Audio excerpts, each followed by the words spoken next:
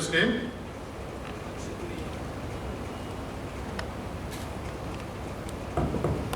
రక్షకుని ప్రశస్తమైన నామములో మీ అందరికీ వందనాలు. It is indeed a privilege for each one of us. మనందరికీ ఇది నిజంగా గొప్ప సౌభాగ్యం. Because to study God's word together is very important.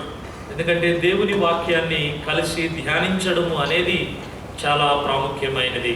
Studying God's word దేవుని వాక్యాన్ని ధ్యానించడం is supposed to be part of our life. మన జీవితంలో ఒక భాగముగా ఉండాలి. We'll turn to 2 Kings chapter 6.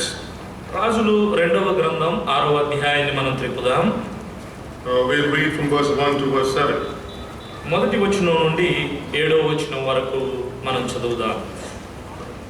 రాజులు 2వ గ్రంథం 6వ అధ్యాయం మొదటి వచనం నుండి 7వ వచనం వరకు. అంతటా ప్రవక్తల శిష్యుడు ఎలీషా యొద్దకు వచ్చి, ఇదిగో నీ యొద్ద మాకున్న స్థలము ఇరుకుగానున్నది. నీ సెలవైతే మేము యోర్దాను నదికి పోయి తల యొక్క మ్రాను అచ్చట నుండి తెచ్చుకొని మరి ఒక చోట నివాసము కట్టుకుందామని మనవి చేయగా అతడు వెళ్ళుడని ప్రత్యుత్తరం ఇచ్చెను. ఒకడు దయచేసి నీ దాసులమైన మాతో కూడా నీవు రావాలని కోరగా అతడు నేను వచ్చేదనని చెప్పి వారితో కూడా పోయెను. వారు యోర్దానుకు వచ్చి మ్రానులు నరుకుచుండిరి. ఒకడు దూలము నరుకుచున్నప్పుడు గొడ్డలి ఊడి నీటిలో పడిపోగా వాడు, అయ్యో నా ఏలిన వాడా, అది ఎరుపు తెచ్చినదని మొర్రపెట్టెను గనక ఆ దైవజనుడు అదెక్కడ పడినని అడిగెను.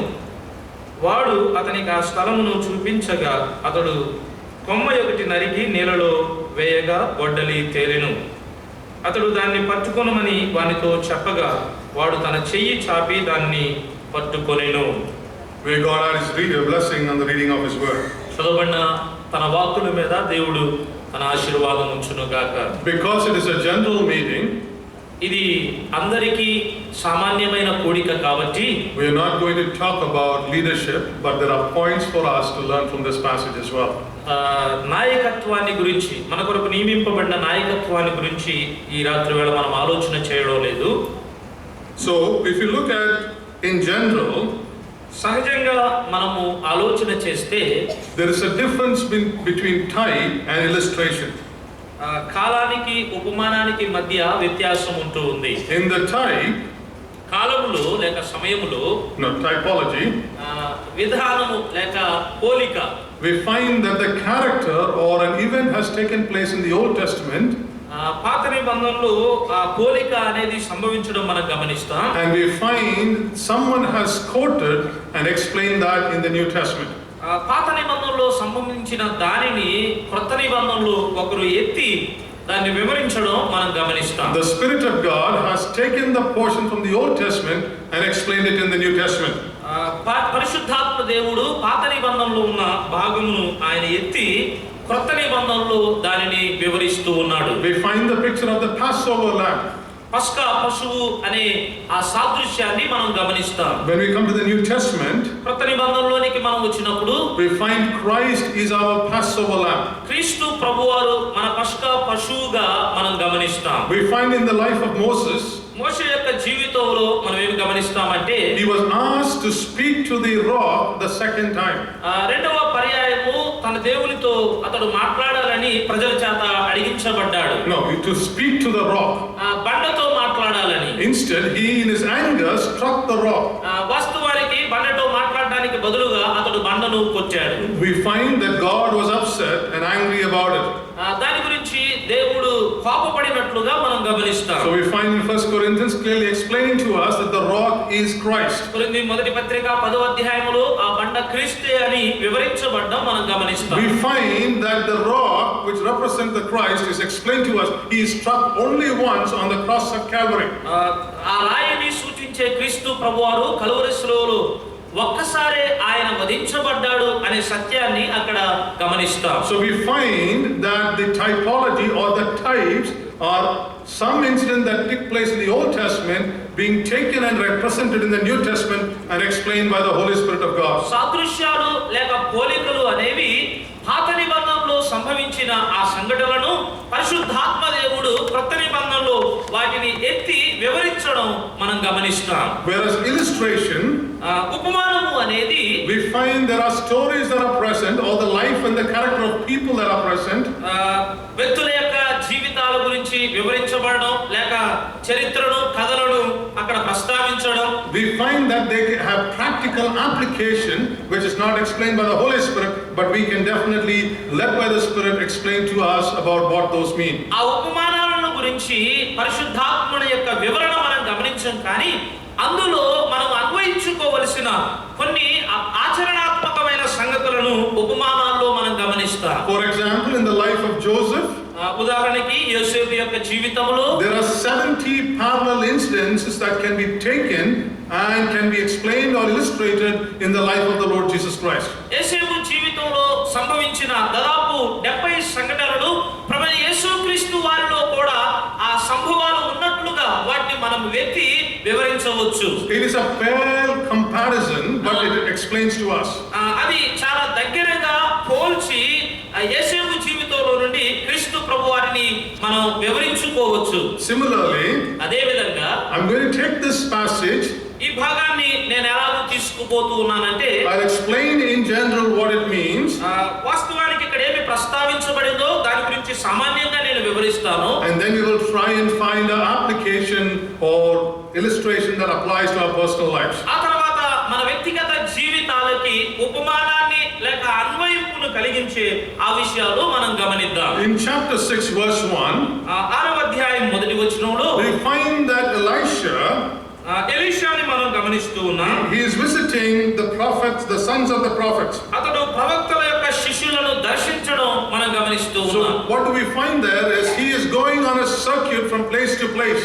అతడు ఒక స్థలము నుండి మరొక స్థలానికి వెళ్ళడం ఎలీషాను మనం గమనిస్తూ ఉన్నాం. History is not dead. చరిత్ర అనేది మృతమైనది కాదు. History has information that we can take and apply to our lives. చరిత్రలో చాలా సమాచారం ఉన్నది. ఆ సమాచారాన్ని మన జీవితాల్లో మనము అన్వయించుకోవచ్చు. Elisha going from place to place, అతడు ఒక స్థలము నుండి మరొక స్థలానికి వెళుతూ ఉన్నాడు. he has a group of disciples or sons of prophets. అతని దగ్గర శిష్యుల సమూహము లేక ప్రవక్తల కుమారులు ఉన్నారు. And he is training them for the work of the Lord. దేవుని పని కొరకై వారికి అతడు తర్ఫీదునిస్తూ ఉన్నాడు. And we find they are useful in the ministry. పరిచర్యలో వారు ఉపయోగకరమైన వ్యక్తులుగా మనం గమనిస్తాం. So what sort of a system is this? ఈ పని చేసే విధానం ఎలా ఉందంటే, we can think of in India as something called Gurukulam. గురుకులం అనే భారతదేశంలో సంభవించే గురుకులం అనే మాటను మనం ఆలోచన చేయవచ్చు. There is nothing now. ఇప్పుడు లేదు అది. In the olden times, the master, పురాతన కాలంలో ఆ యజమాని లేక బోధకుడు, we find there are followers of his. అతన్ని ఆ బోధకుడిని అనుసరించే అనుచరులు ఉండడం మనం గమనిస్తాం. And they follow the master. వారు అనుసరించే వారు ఆయన్ని గురువు అని పిలుస్తారు. And they understand the teaching of the master. ఆ గురువు గారి యొక్క బోధలు వారు అర్థం చేసుకుంటూ ఉండేవారు. They practice the principles of the master. ఆ గురువు గారి యొక్క నియమాలను వారు అభ్యాసము చేస్తూ ఉండేవారు. They stay in a specific place. వారు ఒక ప్రత్యేకమైన స్థలములో నివసించేవారు. And we find there might not be comforts and specialities in life. జీవితంలో మంచి ఆదరణలు అలాగే ప్రత్యేకతలు వారు కలిగి ఉంటారు. But we find here, అయితే ఇక్కడ మనం ఏం గమనిస్తున్నామంటే, in chapter 6 verse 1, 6వ అధ్యాయం మొదటి వచనంలో the sons of the prophets of God, ఆ ప్రవక్తల యొక్క శిష్యులు, they realize that the place they were staying is small. వారు నివసిస్తున్నటువంటి ఆ స్థలము అనేది చిన్నగా ఉన్నది లేక ఇరుకుగా ఉన్నది అని వారు గుర్తించారు. What is happening is, ఇక్కడ ఏమి జరుగుతూ ఉందంటే, Elisha is laboring with these people. Elisha ఈ ప్రజలతో కలిసి అతడు ప్రయాసపడుతూ ఉన్నాడు. And as he is laboring with them, వారితో కలిసి ఆయన ప్రయాసపడుతూ ఉండగా there is growth in their school. School of prophets. వారి యొక్క శిష్యుల ఆ తరగతి గదుల్లో కొంత కొరత ఏర్పడడం మనం గమనిస్తాం. This enterprise is growing fastly. వారి యొక్క అదేది చాలా త్వరగా పెరిగిపోతూ ఉంది. And the small quarters that they are living in is too small. వారు నివసిస్తున్నటువంటి ఆ చిన్న స్థలము ఇరుకుగా మారిపోయింది. So they are making a request to Elisha. ఇప్పుడు వారు ఎలీషాకి ఒక విన్నపాన్ని తెలియజేస్తూ, oh listen, please let us go to Jordan. దయచేసి మనం యోర్దానికి వెళదాం.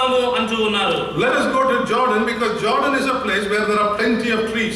యోర్దాను అనే స్థలానికి ఎందుకు మీరు వెళ్ళాలని అనుకుంటున్నారంటే యోర్దానులో సమృద్ధిగా చెట్లు ఉన్నాయి. We will cut down a tree. ఆ చెట్లు మనం నరుకుదాం. And each one of the sons of the prophets of God will carry at least one beam. ప్రవక్తల శిష్యుల్లో కనీసం ఒకరు ఒక దూలాన్ని మోసుకొని వస్తారు అంటూ ఉన్నారు. We will expand this housing complex or this enterprise. దూలాలు మోసుకొని వచ్చి మనం నివసిస్తున్న ఈ ఇంటిని విశాలపరుద్దాము అని వారు అనుకున్నారు. It is a parable that we can think of. ఈ ఉపమానం గురించి ఎలాగో మనం ఆలోచన చేయవచ్చు అంటే it is regarding to a local assembly or a church. అది మన సంఘానికి లేక మన చర్చికి అది సాదృశ్యంగా ఉన్నది. When the leaders labor hard, నాయకులు అనేవారు సంఘములో వారు ప్రయాసపడినప్పుడు we find there is potential growth that is happening in the local assembly. స్థానిక సంఘములో క్రమేణా అభివృద్ధి చెందడము అనేది మనం గమనిస్తాం. And we find when there is growth, అభివృద్ధి అనేది స్థానిక సంఘములో ఉన్నప్పుడు we need expansion. విస్తరణ చేయడము అనేది మనకి అక్కరగా ఉన్నది. So what does Elisha do? Elisha ఇక్కడ ఏం చేస్తూ ఉన్నాడు? Verse 2. వచనం 2లో చూడండి. నీ సెలవైతే మేము యోర్దాను నదికి పోయి తలా యొక్క మ్రాను అచ్చటి నుండి తెచ్చుకుని మరి ఒక చోట నివాసము కట్టుకుందామని మనవి చేయగా అతడు వెల్లుడని ప్రత్యుత్తరం ఇచ్చునేము. In verse 3. వచనం 3 కూడా ఒకడు దయచేసి నీ దాసులమైన మాతో కూడా నీవు రావాలని కోరగా అతడు నేను వచ్చేదనని చెప్పి. Here we find that maybe a young man.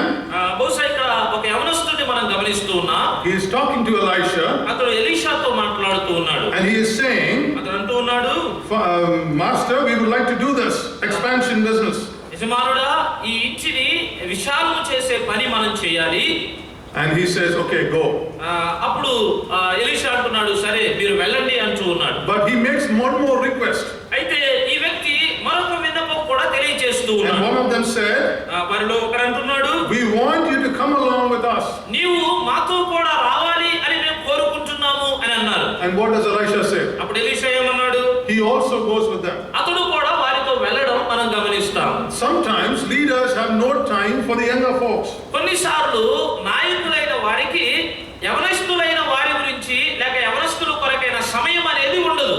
But we find Elisha is an exception to that situation. అయితే అలాంటి పరిస్థితుల్లో యవనస్తులు తమతో పాటు రమ్మని కోరినప్పుడు ఎలీషా ఏకీభవించినట్లుగా వారితో వెళ్ళినట్లుగా ఇక్కడ మనం గమనిస్తూ ఉన్నాం. He makes room to be participant with the younger folks.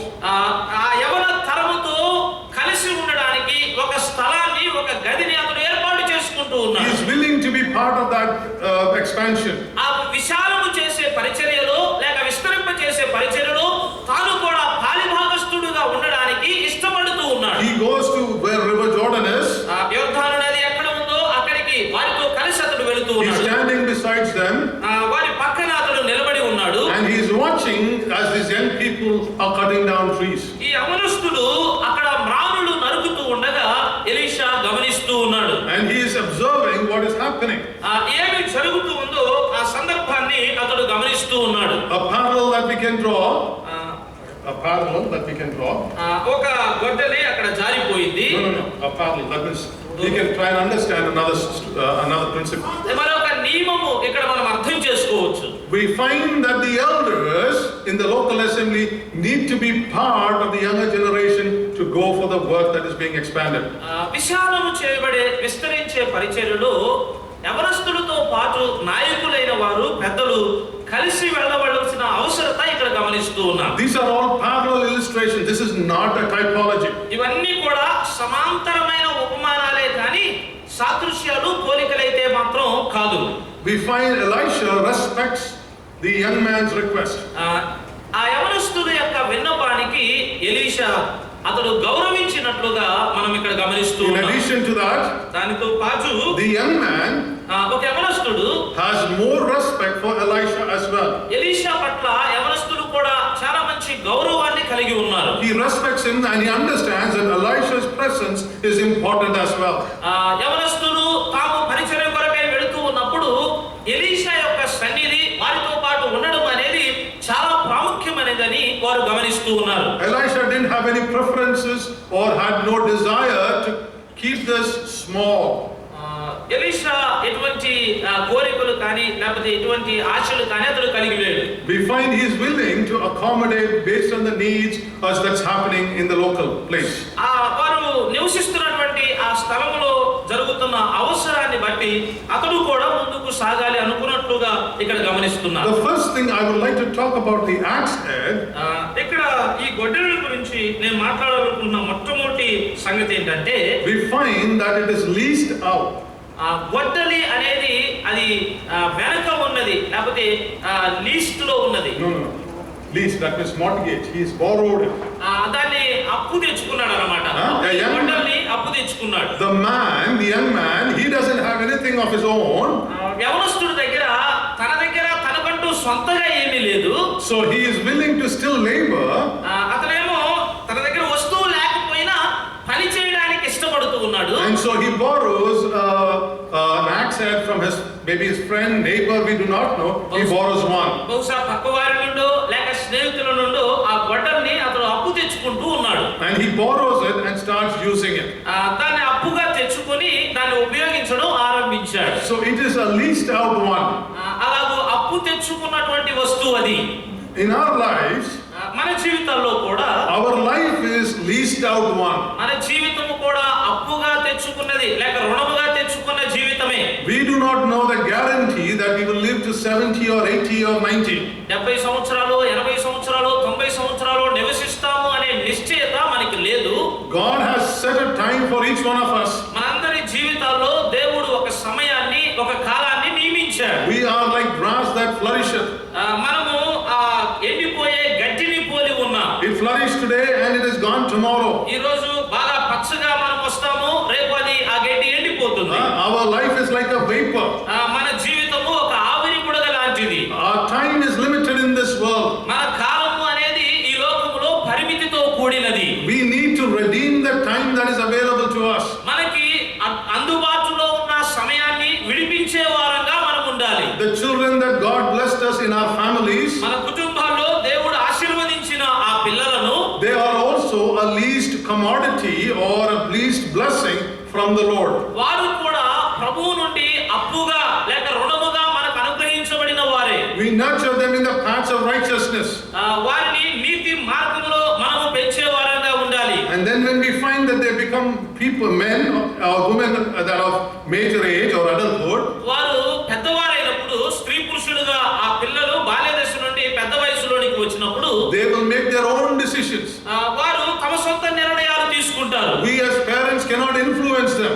తల్లిదండ్రులుగా వారి మీద మనము ప్రభావము చూపలేము. We can suggest things, వారికి మనం సలహాలు ఇవ్వవచ్చు, but we cannot influence their decisions. అయితే వారు తీసుకున్న నిర్ణయాల మీద మన ప్రభావాన్ని కనబరచలేము. In other words, లేక వేరే మాటల్లో they are a leased commodity to each one of us. వారు మన విషయంలో కూడా రుణముగా ఉన్నట్లుగా మనం గమనిస్తాం. Similarly, అదే విధంగా in a local assembly, మన స్థానిక సంఘములో the sheep that is present in the church, సంఘములో ఉన్నటువంటి ఆ గొర్రెలు, they are a leased commodity for us. వారు కూడా మనకి రుణముగా లేక మనం అప్పు తెచ్చుకున్న వారుగా ఉన్నారు. They are there for a season and a time. వారు ఒక కాలానికి లేక ఒక సమయానికి మాత్రమే గొర్రెలుగా సంఘములో ఉంటారు. The job of the elders or the job of the pastors, సంఘ పెద్ద లేక సువార్థికుని యొక్క పని ఏంటంటే to take care of the sheep as long as they are there in the local assembly. ఎంత కాలం అయితే ఆ గొర్రెలుగా ఆ మందగా వారు స్థానిక సంఘంలో ఉంటారో అంత కాలము జాగ్రత్త వహించాలి. They might get a transfer and go away.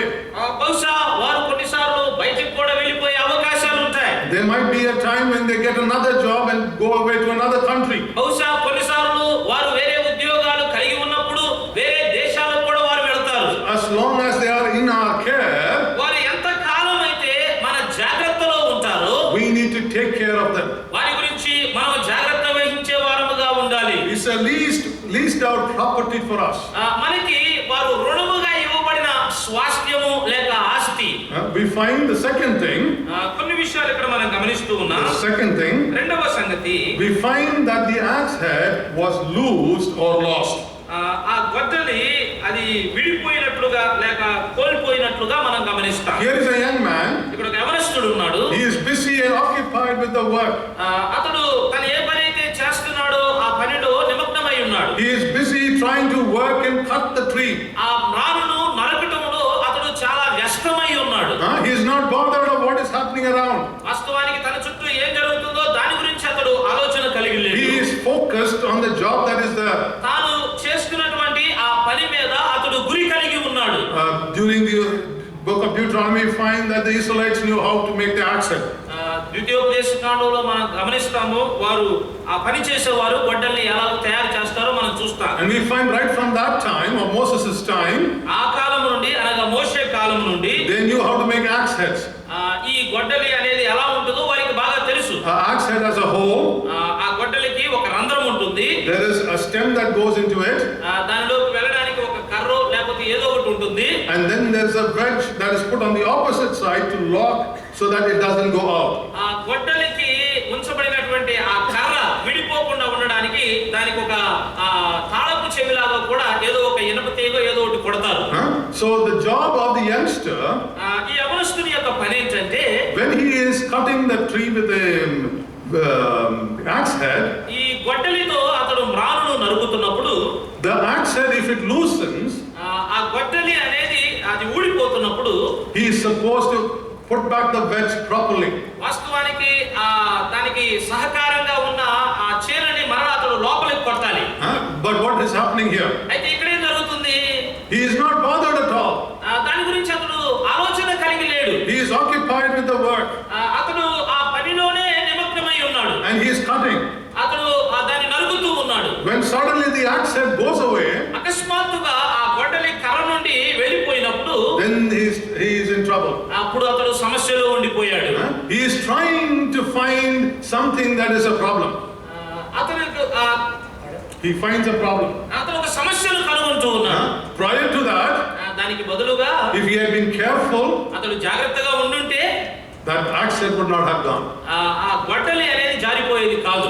But we find many a time that happens with youngsters too. అనేక మంది యవనస్తుల జీవితాల్లో అనేక పర్యాయాలు ఇలాంటి సంఘటన జరగడం మనం గమనిస్తాం. We are occupied with the present things.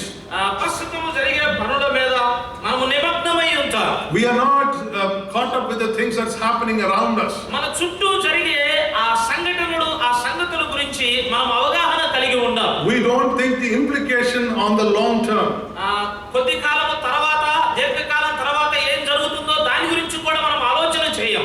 But the elder's job is to ensure that the youngsters understand that and implement that. యవనస్తులు ఆ పనిని అర్థం చేసుకోవాలి, వారి జీవితాల్లో దాన్ని అనుసరించే వారుగా కూడా ఉండాలి. And we find he loses the axe head. ఇక్కడ ఈ యవనస్తుడు గొడ్డలిని కోల్పోవడం మనం గమనిస్తాం. But we find he is an honest man. అతనైతే ఆ వ్యక్తి యథార్థవంతుడు. He brought the needed tools to do the job. నాయకుడిని కూడా ఆ పనిలో పాలిభాగస్తుడుగా తీసుకొని వచ్చాడు. But he is an honest man. అయితే ఈ వ్యక్తి చాలా యథార్థవంతుడు. When he lost the axe head, ఈ గొడ్డలిని ఆ యవనస్తుడు కోల్పోయినప్పుడు he cries out in anguish and pain.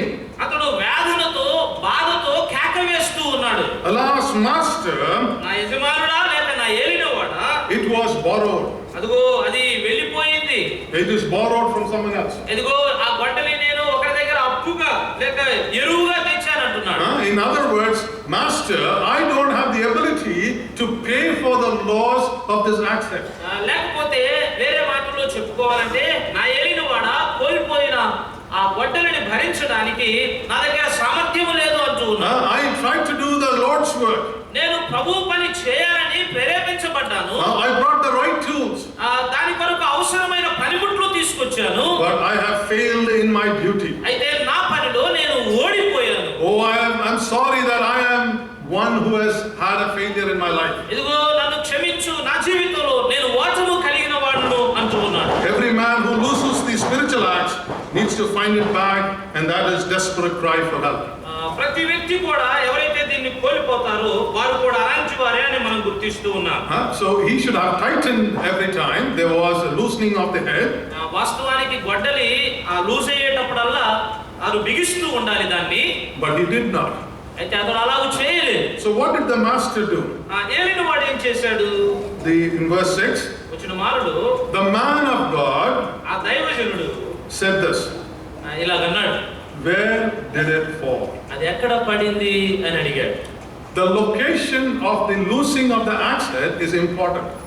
ఆ గొడ్డలి ఎక్కడైతే పడిపోయిందో ఆ పడిపోయిన స్థలము అనేది చాలా ప్రాముఖ్యమైనది. It has to begin at the place where it is lost. The location is important.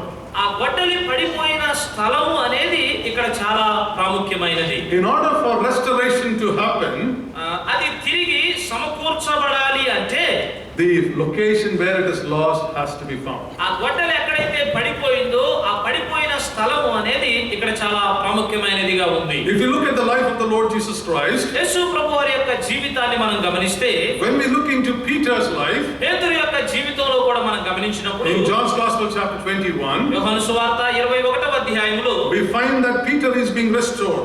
పేతురు తిరిగి ప్రభు దగ్గరికి రావడం మనం గమనిస్తాం. He denied the Lord 3 times on the day the Lord was to be crucified. The previous night he was to be crucified. యేసుక్రీస్తు ప్రభువారు సిలువ వేయబడక ముందు రాత్రి 3 సార్లు క్రీస్తు ప్రభువారిని ఎరగను అని పేతురు పలికాడు. He was around a coal fire when he denied the Lord. యేసు ప్రభువారిని ఎరగను అని చెప్పినప్పుడు అతడు చలిమంట దగ్గర ఉన్నాడు. And he is careful. The Lord looks at him. ప్రభు అతని వైపు చూచాడు. And we find that Peter goes away. పేతురు ఆ స్థలములో నుండి బయటకు వెళ్ళిపోవడం He is saddened by the action of us. అతడు అకస్మాత్తుగా తన క్రియల నుండి వెళ్ళిపోయినట్లుగా మనం చూస్తాం. He had stated before దానికి ముందు అతడు కూర్చొని ఉన్నాడు that he would not deny the Lord. He was willing to lay down his life for the Lord. అతడు ఏం చెప్పాడు అంటే ఇలాంటి సమాచారం ఇచ్చాడు, నేను ఎన్నడూ ప్రభువును విడిచిపెట్టను, అవసరమైతే నా ప్రాణాన్ని ప్రభు కొరకు పెట్టడానికైనా నేను సిద్ధము అనే సమాచారం ఇచ్చాడు. But we find he failed. అయితే అతడు ఆ విషయంలో ఓడిపోయినట్లు మనం చూస్తాం. In John's Gospel chapter 21, యోహాను సువార్త 21వ అధ్యాయంలో, Peter is a very influential man. పేతురు చాలా ప్రభావితమైన వ్యక్తి అక్కడ. Look at chapter 21 of John's Gospel. యోహాను సువార్త 21వ అధ్యాయం చూడండి. Where does the Lord restore him? ఎక్కడ ప్రభు ఆ వ్యక్తిని తిరిగి తన దగ్గరికి తీసుకొని వచ్చాడు? We find in chapter 21, 21వ అధ్యాయంలో verse 9. వచనం 9లో 21:9. వారు దిగి దరికి రాగానే అక్కడ నిప్పులను వాటి మీద ఉంచబడిన చేపలను రొట్టెయు కనబడెను. The Lord calls Peter around another coal fire. పేతురుని ప్రభు తిరిగి తన దగ్గరికి ఎక్కడ పిలుస్తూ ఉన్నాడంటే, ఏ స్థలం నుండి అంటే నిప్పులు ఉన్న స్థలము నుండి తన దగ్గరికి పిలుస్తూ ఉన్నాడు. A similar situation had happened before. ఇంతకు ముందు అలాంటి అంటే నిప్పులు ఉన్న చోటే ఆ సంఘటన జరిగింది. We find in another place where there's another set of coal fire is the location where the Lord is going to restore him. పేతురుని మరలా ప్రభు తన దగ్గరికి పిలిచేటప్పుడు మరలా ఏ స్థలం నుండి పిలుస్తూ ఉన్నాడంటే, ఎక్కడైతే నిప్పులు ఉన్నాయో ఆ నిప్పులు ఉన్న స్థలంలోనే ప్రభు ఆ వ్యక్తిని పిలుస్తూ ఉన్నాడు. Peter went fishing. పేతురు చేపలు పట్టడానికి వెళ్ళాడు. He took 6 others with him. అతనితో పాటు మరికొద్ది మందిని తీసుకొని వెళ్ళాడు. They tried all night. వారు రాత్రంతా ప్రయాసపడ్డారు. And they caught nothing. వారికి ఏమీ దొరకలేదు. Their main job was to catch the fish. వారి ముఖ్యమైన వృత్తి ఏంటంటే చేపలు పట్టడమే. Then take it to the market. చేపలు పట్టి తర్వాత దాన్ని మార్కెట్ కి తీసుకొని వెళ్ళి sell the fish. ఆ చేపలు అమ్మటం. Then go to the shop.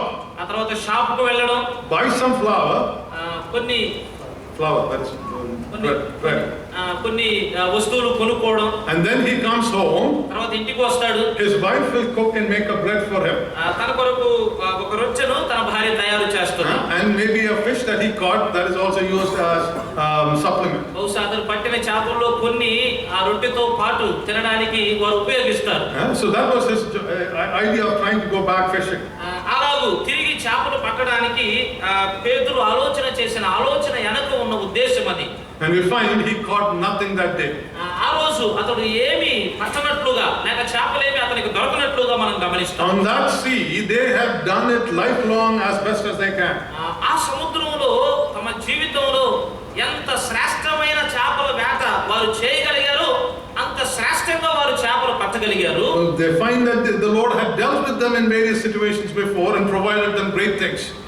అయితే వారి జీవితాల్లో దేవుడు వివిధ రకాలుగా వారిలో కార్యాలు జరిగించి వారి ద్వారా గొప్ప కార్యాలు జరిగించినట్లు మనం చూడగలం. But this time అయితే ఈ సమయంలో the Lord says, ప్రభు అంటున్నాడు, take the net from this side and put it on the other side. ఇదిగో ఆ వలను ఈ వైపు వేయండి, ఆ వైపు నుండి తీసి ఈ వైపు వేయండి అన్నాడు. Cast the net on the right side.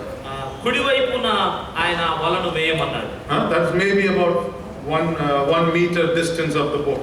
బహుశా వారున్న నావకి 1 మీటర్ దూరంలోనే కావచ్చు అది. From the left side to the right side maybe 1 meter or 4 feet or 3 feet.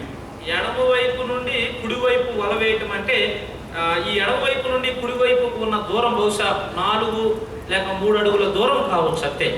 In that distance, ఆ చిన్న 4 అడుగుల దూర వ్యవధిలో we find that they catch plenty of fishes. వారు సమృద్ధిగా చేపలు పట్టడం మనం గమనిస్తాం. We find they caught 153 fishes. వారు 1053 చేపలు పట్టినట్లుగా 153 153 చేపలు వారు పట్టినట్లుగా మనం చూస్తాం. And there is one fish already on the fire.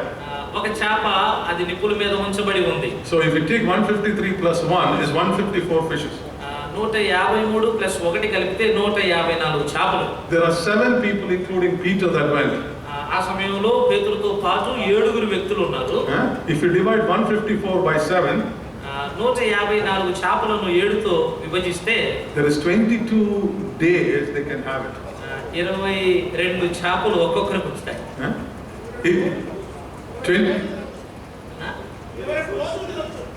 1 fish, if they take, 1 family uses 1 fish, they can get 22 days of fishes per family. ఒక కుటుంబం ఒక రోజుకు ఒక చేప తింటే అలా 22 రోజులు కుటుంబానికి ఒక చేప చొప్పున ఒక్కొక్క కుటుంబం 22 రోజులు చేపలు తినవచ్చు. And that is what the Lord does. ప్రభు అలాగే చేస్తారు. He will meet our needs far beyond our understanding. మన అవగాహనకు మన అర్థం చేసుకునే దానికి మించి ఆయన మన అవసరాలు తీరుస్తాడు. But the Lord had to give an important lesson to Peter. అయితే ఇక్కడ ప్రభు ఒక ప్రాముఖ్యమైన పాఠాన్ని పేతురుకు నేర్పించాలనుకున్నాడు. Peter went for fishes only. పేతురు చేపలు పట్టడానికి వెళ్ళాడు. If you look at verse 9, 9వ వచనం మనం గమనిస్తే around the coal fire, నిప్పులు ఉన్న చోట there is a fish, అక్కడ చేపలు ఉన్నాయి నిప్పుల మీద, and bread. రొట్టె కూడా ఉన్నది. More than what Peter wants. దానికంటే ఎక్కువగా పేతురుకి ఏం కావాలి? More than what he needs, it is available. తనకి తినడానికి ఏదైతే అవసరమో దానికి మించి అక్కడ అందుబాటులో ఉన్నది. And we find God takes care of our needs.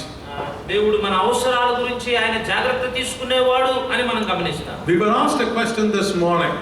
ఈ ఉదయకాలం ఒక ప్రశ్న మనం అడిగాం. About the sustenance of the workers who are full time. ఎవరైతే సంపూర్ణ సేవలో ఉన్నారో వారి యొక్క పోషణ గురించి ప్రశ్న వేయడం జరిగింది. The Lord has called you to his ministry. ప్రభువు ఆయన తన పరిచర్య కొరకై మిమ్మును పిలిచాడు. If he has called you for his ministry, it is his job to feed you. ఆయన మిమ్మును ఆయన పరిచర్య కొరకు పిలిస్తే మిమ్మును పోషించడము అనేది ఆయన పని. It is not our job. అది మన పని కాదు. He might burden the hearts of the rest of the people in the assembly to support them. ఆ సంపూర్ణ సేవకులుగా ఉన్న వారికి సహాయం చేయడానికి సంఘములో ఉన్న ఇతర విశ్వాసుల యొక్క హృదయాల్లో ఆయన భారాన్ని కలుగు చేస్తాడు. And we find they are part of that principle of supporting the local assembly. స్థానిక సంఘము ఆ రీతిగా సంపూర్ణ సేవకులకు సహాయం చేసే ఆ నియమాన్ని అక్కడ గమనిస్తాం. And then we find ఆ తర్వాత మనం ఏం చూస్తామంటే the 3 important questions that the Lord asked Peter. యేసుక్రీస్తు ప్రభువారు పేతురును అడిగిన 3 ప్రాముఖ్యమైన ప్రశ్నలు అక్కడ మనం చూస్తాం. What is the question? ఆ ప్రశ్న ఏంటి? ఈ ప్రశ్న అడిగాడు ప్రభు పేతురుని. Everybody.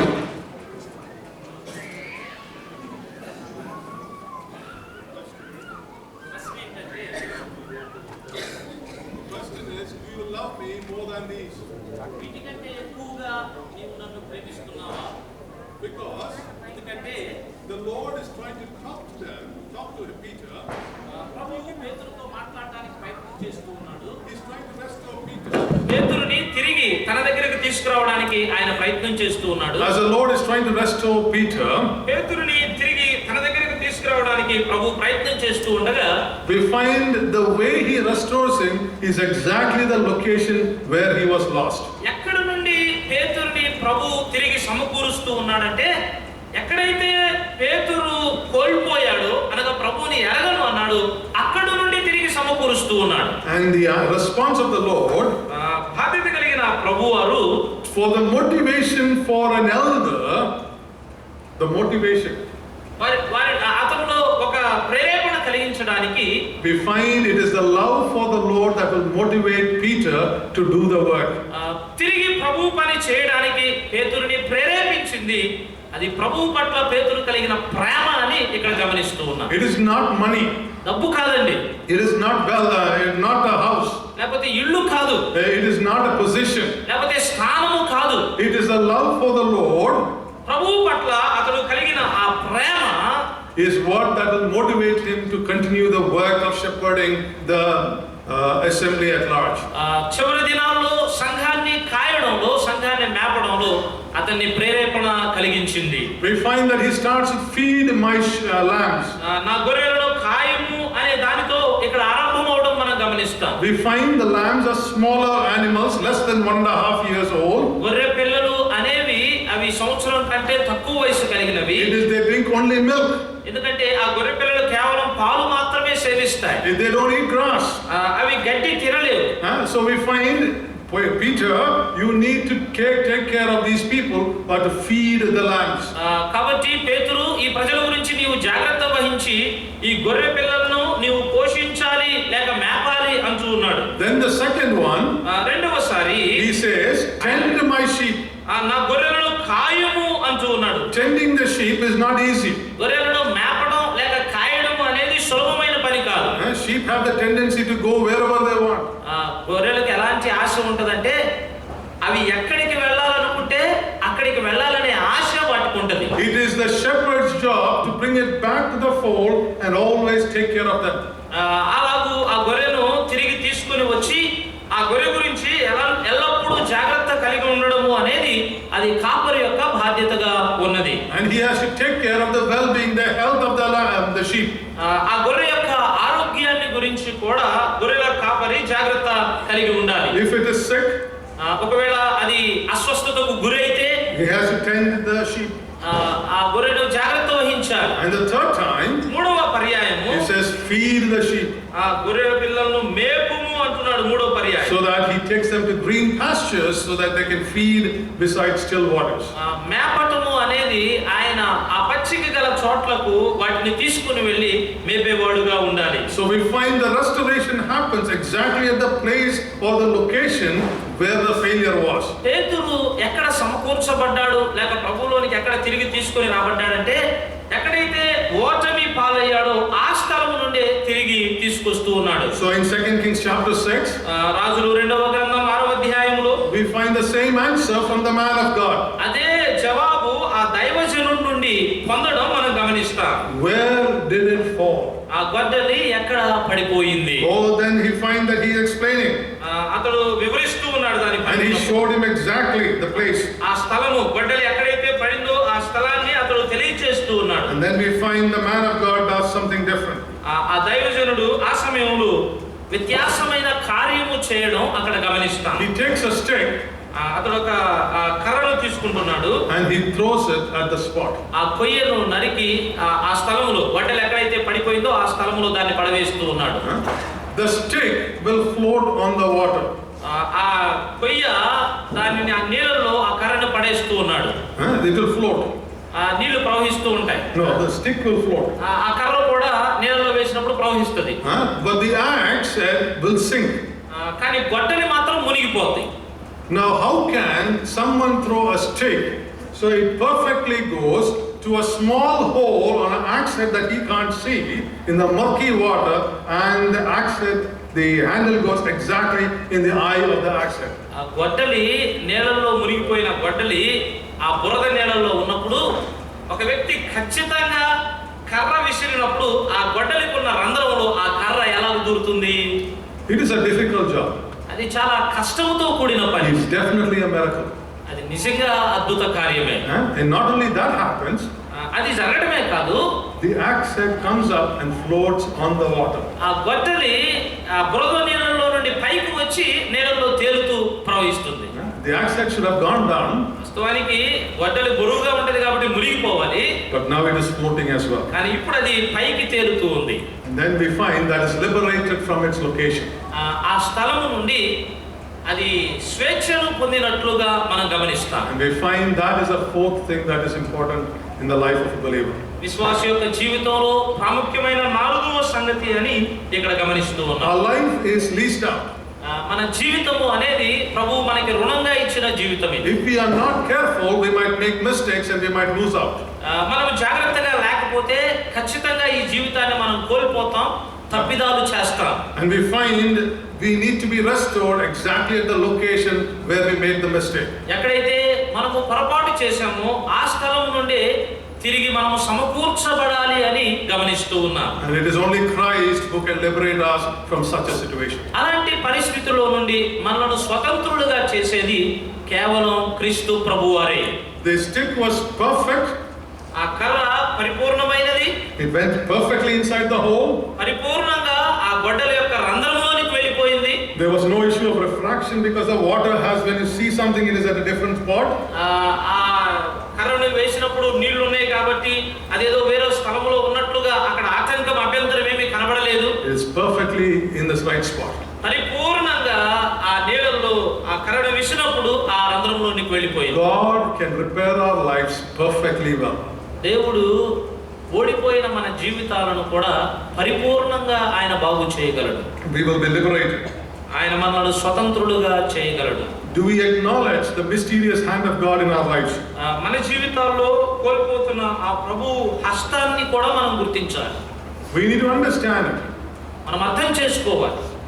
Do we cry out to the Lord when we have problems? మన జీవితాల్లో సమస్యలు ఉన్నప్పుడు ప్రభు వైపు మనం కేక వేస్తూ ఉన్నామా? Is that our first response? మన మొట్టమొదటి స్పందన ఆ రీతిగా ఉన్నదా? Or is it to our friends and our elders and others we go for help? లేకపోతే సమస్య వచ్చినప్పుడు మన స్నేహితుల దగ్గరకు, మన పెద్దల దగ్గరకు సహాయం కొరకై మనం వెళుతూ ఉన్నామా? Are we losing the grip as we do the Lord's work? ప్రభు పని మనం చేస్తూ ఉండగా ఆ బలమైన దాన్ని మనం కోల్పోతూ ఉన్నామా? We should examine our lives. మన జీవితాలను మనం పరీక్ష చేసుకుందాం. As elders of a local assembly, మనము మన స్థానిక సంఘాల్లో సేవిస్తూ ఉండగా, or as potential leaders in the future, లేకపోతే భవిష్యత్తులో ఒక మంచి బలమైన నాయకులుగా మీరు ఉండబోతూ ఉండగా, it is your duty to shepherd the flock. మందను కాయడము అనేది అది మీ బాధ్యతగా పనిగా ఉన్నది. It is your duty to tend the lambs. గొర్రెలను మేపటము అనేది కూడా మీ బాధ్యతగా ఉన్నది. It is your duty to teach them. వారికి బోధించడము అనేది మీ పనిగా ఉన్నది. Elisha did not reprimand the young man. Elisha ఈ యవనస్తుని ఇక్కడ నిర్లక్ష్యం చేయలేదు. But instead, దానికి బదులుగా he met the need of the young man. ఆ యవనస్తుని యొక్క అవసరాన్ని ఎలీషా తీరుస్తూ ఉన్నాడు. And that is the duty of an elder as well. ఒక సంఘ పెద్దగా నీ బాధ్యత కూడా ఆ రీతిగా ఉన్నది. We need to put away human preferences aside. మన ప్రాధాన్యతలను మనం పక్కన పెట్టాలి. And we must depend on God. దేవుని మీద మనం ఆధారపడాలి. We need God's help to pick them up and restore them.